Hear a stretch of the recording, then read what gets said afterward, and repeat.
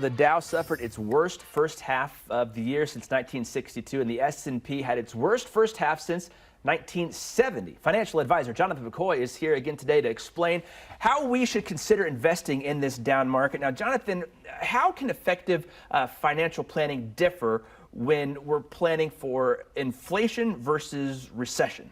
Right. So, unfortunately, right now we're potentially dealing with both at the same time, which is a big challenge. Things are getting more expensive.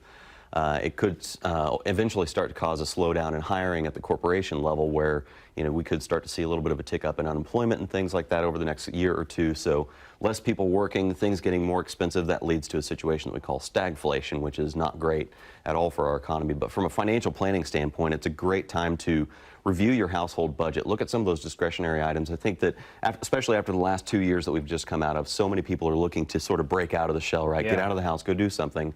But you still have to be cognizant of what effect that's going to have going into the future, especially if you're already retired. Now, I think as we were talking about this before we came back on air here, but throughout history, people have often looked at different things to invest in, whether that's bonds or even like special or precious metals like gold, silver, and stuff like that, as the economy doesn't look so good. But are those alternatives viable for a situation like we're in today? Well, I think there's an inherent assumption that precious metals, bonds, and things like that are so-called safe investments, especially during a market downturn. But unfortunately, you look at things, certain precious metals this year are down 20, 25%.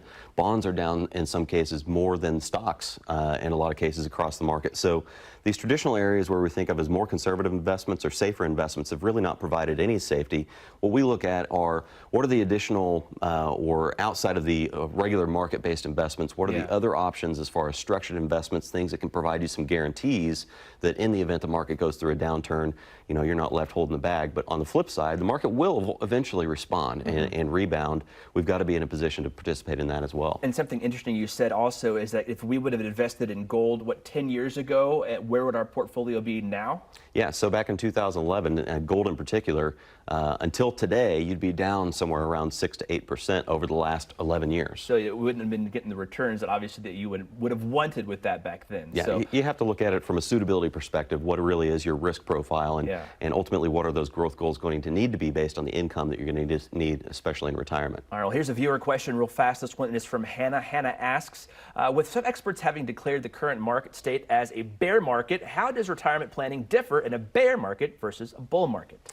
So it's important to have a plan in place ahead of time, right? Yeah. It's been several years since we've dealt with a good, consistent, I say good, bad, consistent, long-term bear market downturn. So making sure that you've got some safe assets, especially that you can use for income production when you're retired during those down markets. Because the market, as we know this year, is not always going to perform like it has over the last 10, 15 years.